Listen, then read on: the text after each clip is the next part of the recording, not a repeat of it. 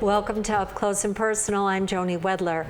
And on today's show, we have a very special guest, Ed Rosado, who's a native of New York and has been a living and breathing and working community individual in Connecticut for many, many years. And we're going to talk about all things Ed Rosado, but we're going to start with something I know you're going to find fascinating, and that is commercial illustrations as we knew them before software. There were illustrators who spent hours doing our commercial ads, and any of you who will recognize them from the newspapers is going to be in for a real treat today. Ed, thank you so much for being with us. Thank you very much. And so, Ed, before you started in with your art, which we're going to show, can you tell us a little bit about yourself? You were born in New York. New York City, yeah, up in the Bronx. I started drawing when I was 5 years old. My mother taught me how to color in the coloring when I was 5 years old. I'll never forget that. And from there on in, that's all I did the rest for 60 somewhat years. That's all I did was drawing and painting and doing murals and doing all kinds of artistic things. But in order to raise a family, and before you were even married, you worked as a press operator over at Columbia Medical Center in Manhattan. So when you said press operator, I'm thinking press operator. No, you're talking white coat press operator. Yes, I'm talking about laundry. Laundry. Yeah, well, I was 17 years old at the time, and my dad paid most of my way through school. But I had to work during the day, and I went to school at night. And so I went to school for about 6 years, you know. And the last 2 or 3 years, basically free, only because I was part of the staff over there at Art Students League in New York City, and the School of Visual Arts on 23rd. They're still there. They are? Oh, yes. School of Visual Arts, well known, and they've been there since I started going to school. I was about maybe 18, 19 years old before I got married. Before you got married. Now, your first job as an illustrator was with a company called Hartfield Zodies. Oh yeah, I was able to get. That was when we sort of graduated. You know, after 6 years, you got to go out and start looking for a job. We did that, and it was kind of sad because I didn't have a car at the time, and we had this great big portfolio, and the only place we would go, because I specialized in fashion illustration, was the garment district. So I'd go to these different places, and some places, yeah, we can use you, I'll come back later. Other people, I remember one lady saying, you know, fella, you're wasting your time, you know. You don't have what it takes. And I went home crying on the subway. I went home crying. Boy, that was a letdown. And the woman said, no, it's not what we want. Instead of saying it's not what we want, she said, you're in the wrong business. You know? Right, she really put that great really cloud. Cut me like a knife. But that didn't last, as we're going to see. I want to show some of the illustration work that Ed has done. So let's take a look. Now, this is not in the retail business, but I want you to tell us about this. Well, this was a series of books with like children's books that we were putting out, and there's some company and they need some illustrators, and they give you a storyline to go by and says, look, here's a storyline, come up with some ideas, and then once they get up with, okay, we like this and this, go ahead and render it. That particular, I used photography, I used the photographs of children, but I drew them in charcoal pencil.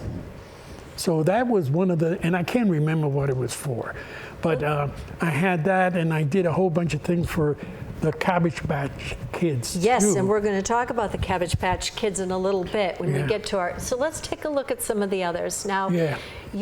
Those of you who remember the D&L store, Yeah. Davidson and Leventhal. Yes. A very, very popular store that was actually from 1960s right through 1990s. From 1912 to 1990-ish. That's when they almost 80 somewhat years in business.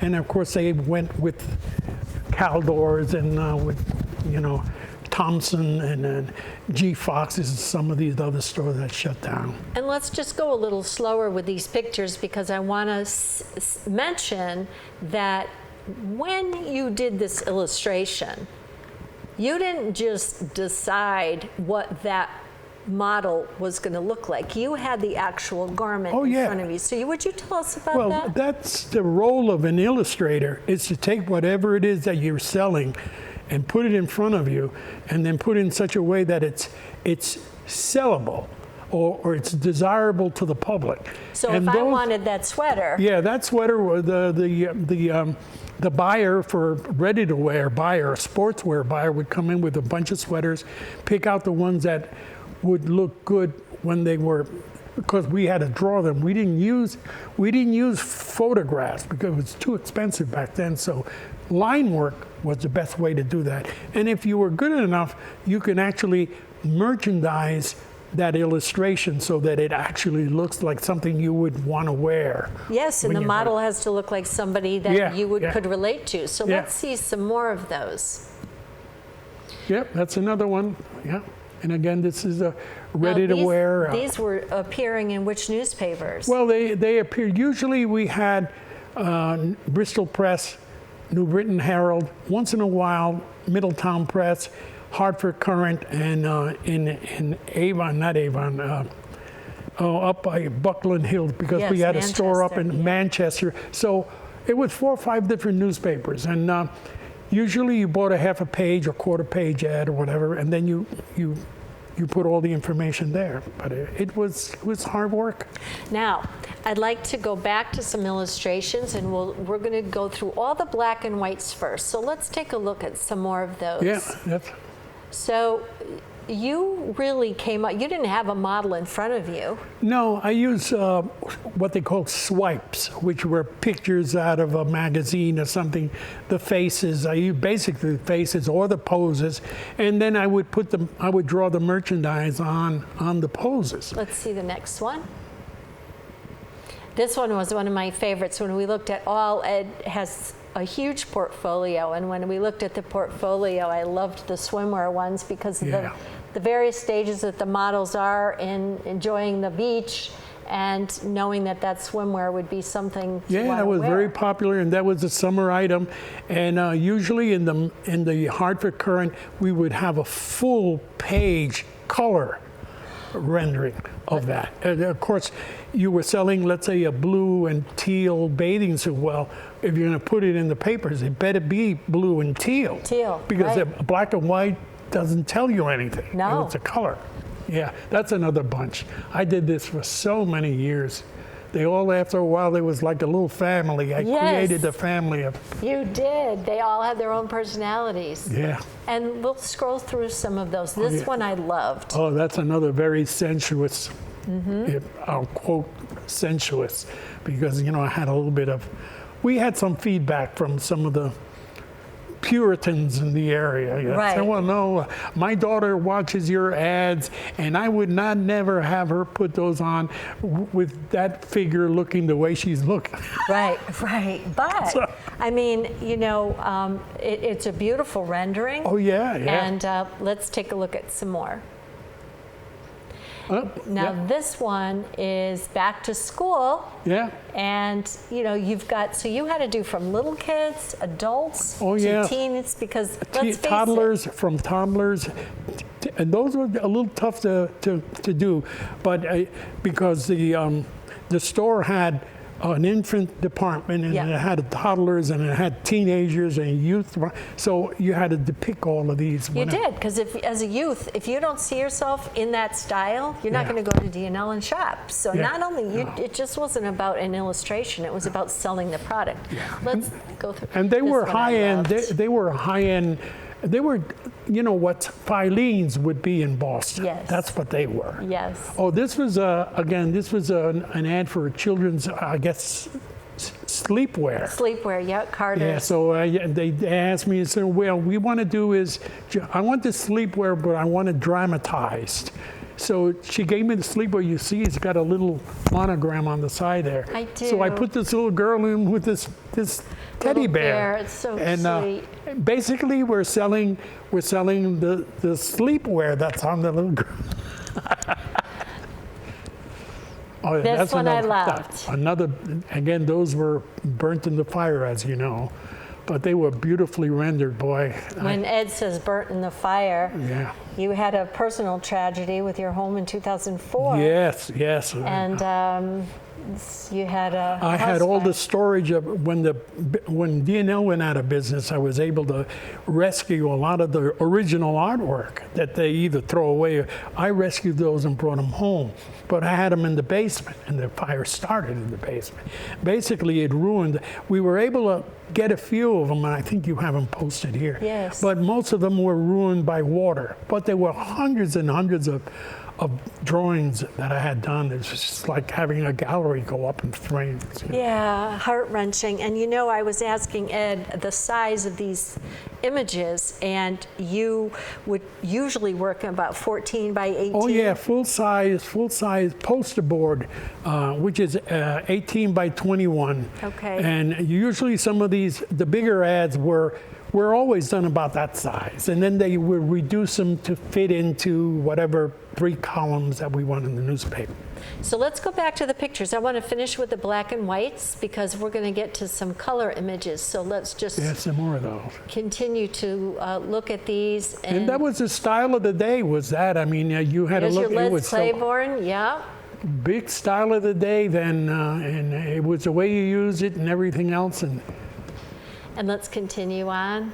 some more. We had even jewelry and other things that from the jewelry department they would give us occasionally. They would allow the company would allow a certain amount of money to be spent on advertising. So the jewelry department said, "Well, I want for Valentine's Day, I want to show this." And then you would do it. Yeah. Oh, I that's a love man. these, the men's suits. Yeah. And of course, they had to be that suit. So when you walked in, you would see that Oh yeah, plaid yeah. suit. I bought one of those myself. we'll I liked it continue so on. much I went in. Yeah, there they are. Very fashionable at that time. Very, very much fashionable. Shapewear, beautiful. Beautiful. What a true artiste you are. And as we continue on here, let's finish up the black and whites because I know time is going. And we're going to go into some color. So tell us what happened when we entered the color phase, which we're going to see on some of these. What we did was, you know, the advertising in the papers started dwindling down where people were not, people weren't buying. Okay, well this is Northeast magazine. That was an ad in Northeast magazine. And that was a magazine that was put out every 3 months or something like that. Okay. And we had a full page ad there, and of course it was in color. So we rendered everything was in color using that particular outfit. And I think she had cowboy boots on or something like that. So we put that all in. So if there's some other color that's ads, another one right. too. That's a again. That beauty. was a red Turtleneck? Turtleneck, there was another one. Yeah. And now this is a photo, so this is a layout. So not only did you do some of the illustration work, but if they wanted a layout, as D&L did here, you also did that. Well, here the layout was in 3 phases. One, the copywriter had to give me the information of how many products were going to be on that page, and I think we listed the products there. So each product had a picture of itself. Yep. And then to be able to design the page, because that was one of 2 pages facing each other. I would just sketch in where the perfume would go and where the other thing would go, more or less, and where the wristwatch for the ladies and the men's wristwatch would be, and the inserts. I would just suggest where they go, and then we would take the product to a photographer. He would set up a prop, just like the way you see it there. He'd set up the prop, take a picture of it. Okay. Then we would bring it back, and then I would crop it to fit in this or to fit in. But they would take a picture of everything the way it was set up over there. Beautiful. It was really, and some of the photographers did some fabulous stuff, because they set it up their own. Well, with there's their own one. light. Here's another one. Oh yeah, that's another. That was a fun thing. I bet, with all the little ones. And again, here, this one, what we did, because we used live models for this, I made the overall sketch, which is similar to that, and they go to New York, or the manager, the advertising manager, would go to New York and book one of the agencies to set up a photo shoot of that page. And however, we usually ran about 18 pages in a catalog. So wherever there was somebody, pictures of people, we do it all in one fell swoop. You go to New York, and same thing here. I designed the cover. That girl that you see there, she was shot separately in one of the studios, and then I brought it back, and then I put it in there in that sequel. Love it. Her dancing up the book. Yeah. And there's another one coming up. I'm thinking of the one. That from was G. one of Fox. my favorite. That one, yeah, it was really, and that was the Christmas cover of one of them. Yeah. Our Christmas cover. I can't remember what year that was. There's another beautiful Christmas ballerina. It was a red door, and then with the back, if you opened the door, they had the Christmas tree in the background. Then they had this little kid in his red pajamas coming out to see what was happening. Yes, yes. Oh, that's another great one. That was a holiday magic. They went to some ballet outfit in New York. Again, I had the pictures sketched in more or less the way I wanted it, and it was up to the art director in New York to come up with this dramatic. Let's take a look at the G. Fox, if our director can find that one, because you did a lot of freelance work also. Yeah. When a job would end, or with a company, and then you would do some freelance work in order to, and some of the work that you did was for Bristol Brass. You did the front of their cover, and Bristol then Brass, New Britain Machines, General Electric, a whole bunch of different G. Fox. companies. And while we're looking for that, can you tell us how you got from New York to Atlantic City and saw the water for the first time? Yeah. And how did that happen? Well, not me, but my kids. Your kids. Oh, okay. Well, I had been working in New York, downtown New York, for about a year, my first job. And then I got an offer as an illustrator, doing these things, for an outfit in Atlantic City called Garwood Mills. And I said, okay, well, so we went, that's from Bristol Brass. Is that Bristol Brass? Yeah, and there's a cover. I did the cover for it. 1969. That was the houseware edition of G. Fox's.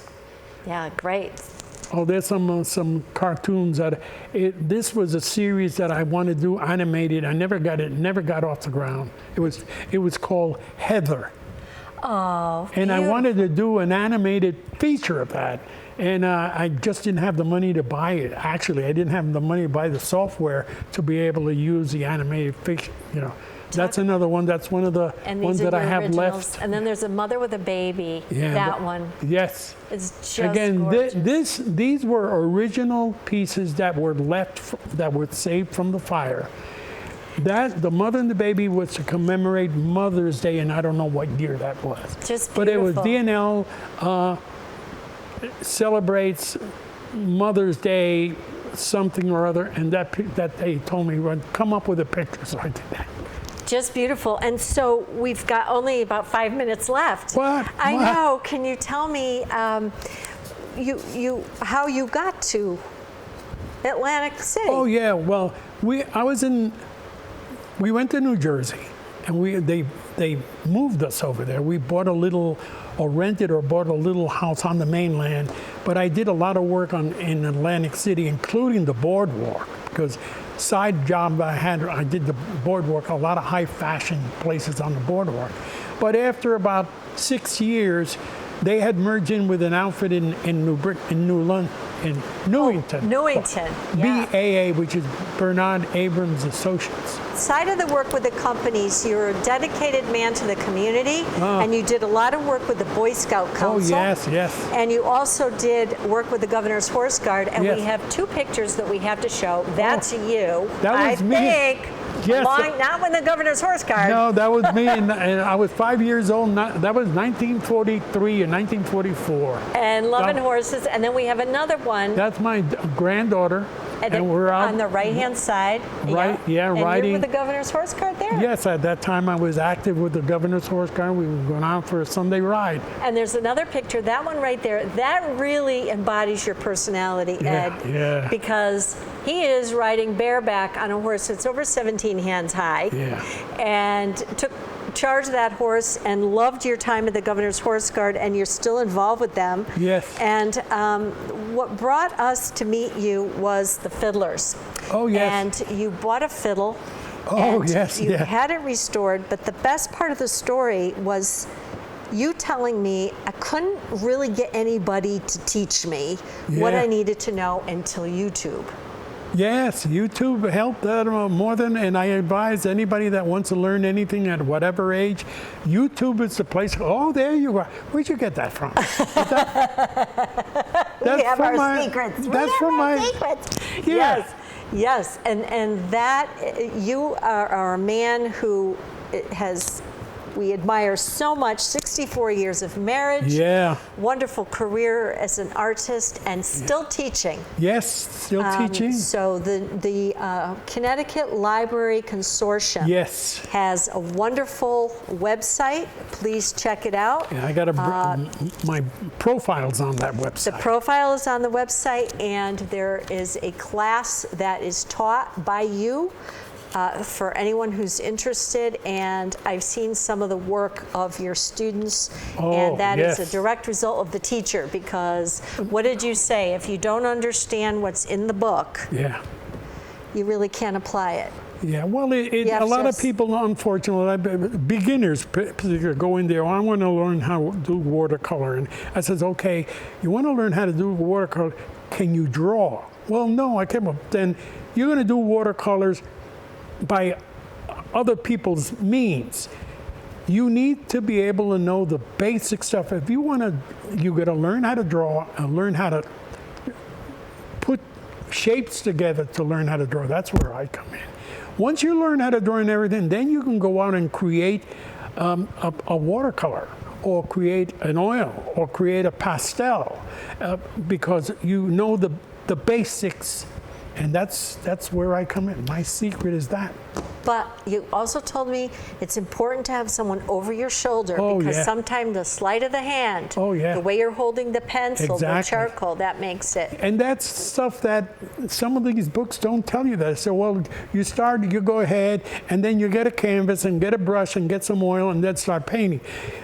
No, you can not with. It's too intimidating for a person that wants to learn how to draw, or wants to find out whether he's thinking on the right side of his brain or the left side of his brain. The right side is the creative side. The left side is the abstract. And I tell them, when I have the students in front of me, I usually have a 50-minute discussion with them. I says, we're going to find out whether you think and operate on the right side of your brain or the left side. And they said, oh, we can do that. And many times they find that they have creativity, they have a creative streak.